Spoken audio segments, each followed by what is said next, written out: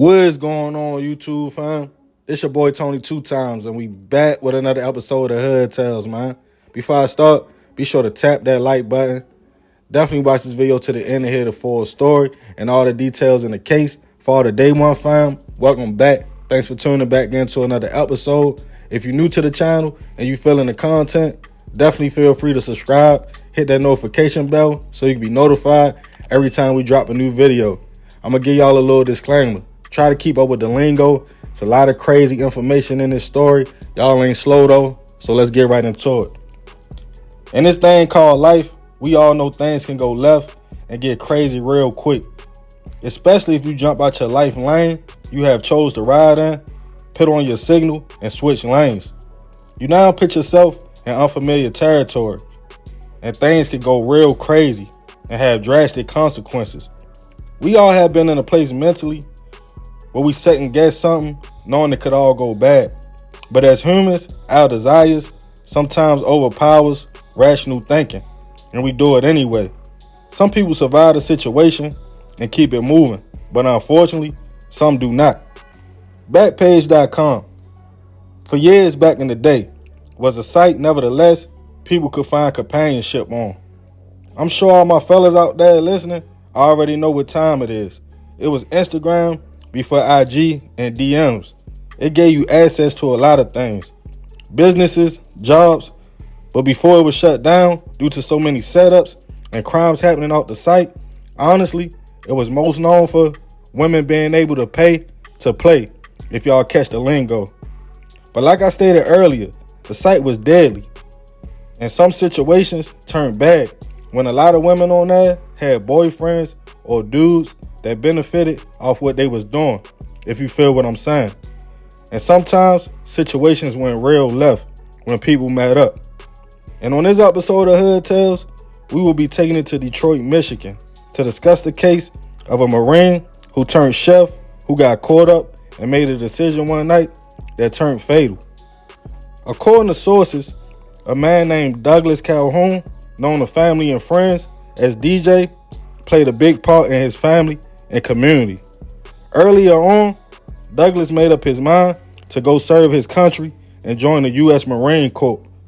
But he always had another hidden talent and passion: cooking.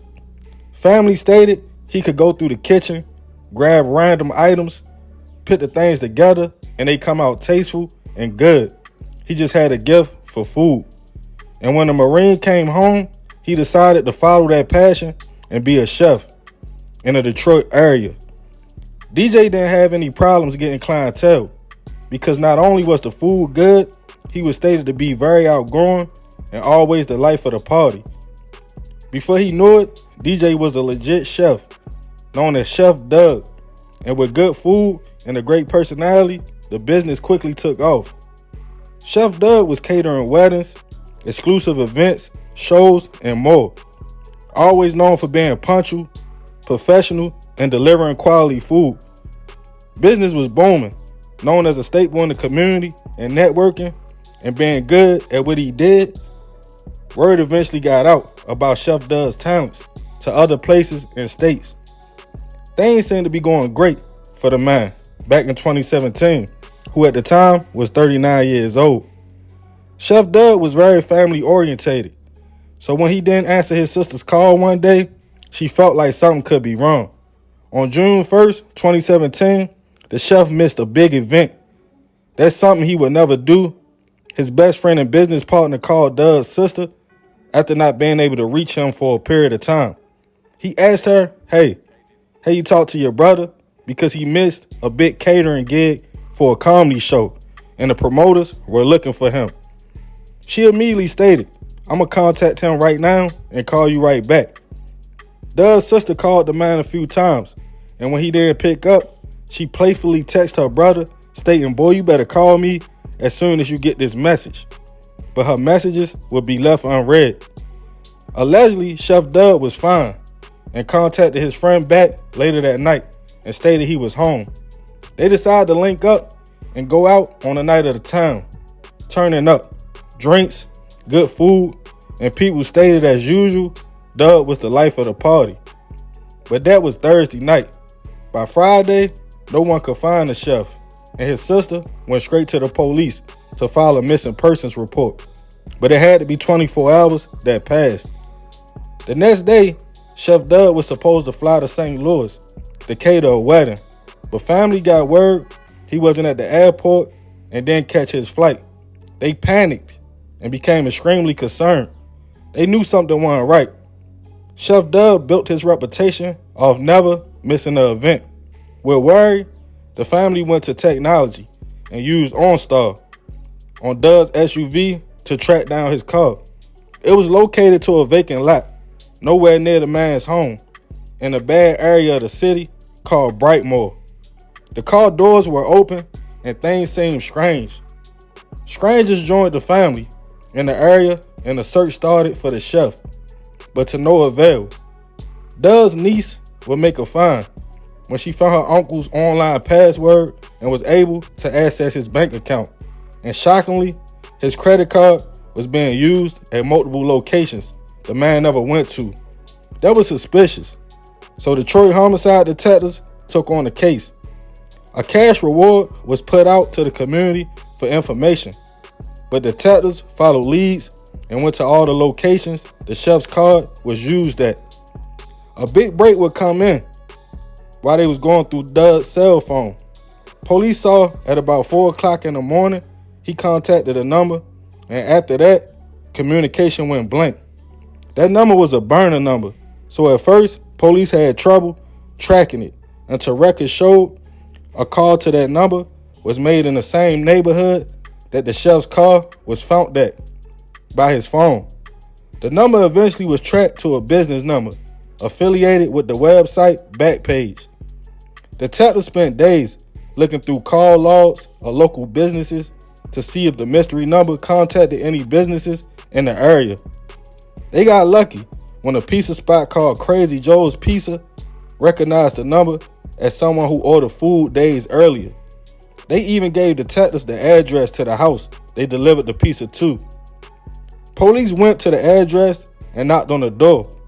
A young lady opened up, and detectives stated they had a few questions for her about a phone number associated with the home.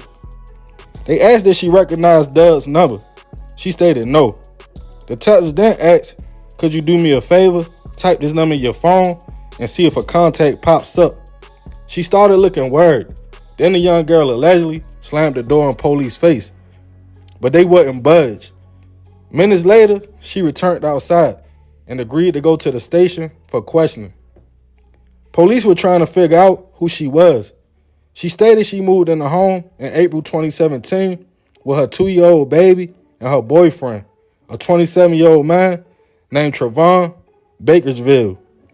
It was found out the young lady was only 17 years old, and upon searching up her boyfriend's name, police noticed he had warrants out for his arrest, which gave them probable cause to go back to the home and search without her permission. When they went back to the house, no one was home, but a warrant allowed them to get inside. They allegedly found blood on a mattress and other evidence relating to a violent crime taking place. While searching, the young lady returned home. She was in shock. Police were in there. Once they told her they knew something had happened, she agreed to go back to the station. After about 7 hours, she allegedly admitted that Chef Doug was at the house on the morning of June 1st, 2017. She also stated he didn't make it out alive. The young lady stated, "You might want to talk to my boyfriend," and since Trevon already had warrants, he was arrested. But when asked about the chef's disappearance, he refused to talk. DNA samples taken from the home confirmed blood found was Doug's, but no body was in sight. Detectives decided to go back and talk to the young lady while Trevon was locked up facing unrelated charges. In exchange for immunity, the young lady told everything. She stated about 4 o'clock in the morning on June 1st, Chef Doug contacted the Backpage ad and arranged to set up a date. When he came over, allegedly, he gave her $50 for certain events to take place.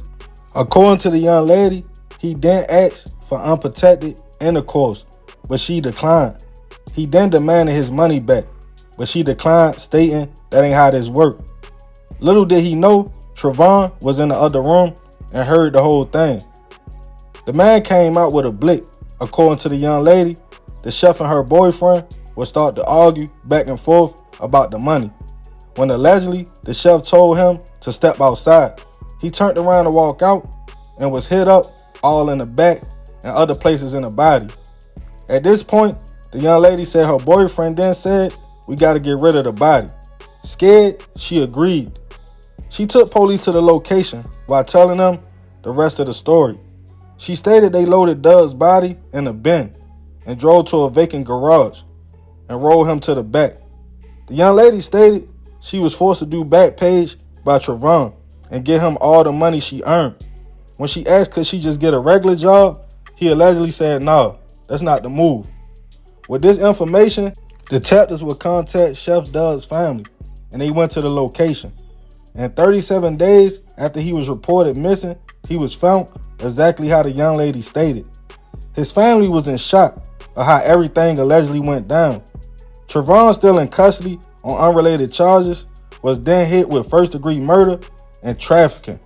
The young man stayed calm when his first charges were read until he heard trafficking. Then he looked confused. As the case made it to trial, the state's key witness was the young woman. She took the stand and told the story once again, stated Trevon made her start doing business at 16 years old, and when she would refuse, things would get physical. The young man kept a straight face the whole time, as Chef Doug's family watched in concern and listened to the young lady's accounts. Trevon was eventually found guilty and sentenced to 120 years in prison. The young lady got full immunity as was promised for her testimony. Doug's family was hurt and didn't feel sorry for her or Trevon, but his sister did state she could just be angry, and that's why she didn't have any compassion at that time, which is understandable because she lost a brother. Rest in peace to Chef Doug. I send my prayers and condolences to the family. This is a tough one all around the board. I get the family's pain. The young girl was also a victim of Trevon as well, though. People lie about their age on sites like Backpage, so Chef Doug might have just made a bad decision that turned fatal. Sometimes we gotta think about the outcome. 4 a.m. in the trenches of Detroit, I definitely wouldn't have made that move. But human nature and desires made a man who had the world at his feet make a bad choice that ended all bad for him and his family. I hope they can find closure and peace one day. More of this story, think everything through, especially if you got things to lose. Doug had everything, and Trevon and Shorty had nothing. But that's usually how it goes. Don't switch lanes and put yourself in a position you are already past in life. Chef Doug made it just to put himself back on that level for a night of fun. So remember, we gotta succeed not to fail, so we won't be just another hood tale. Man, crazy story all around the board, man. I send my prayers and condolences to the family. Rest in peace to Chef Doug.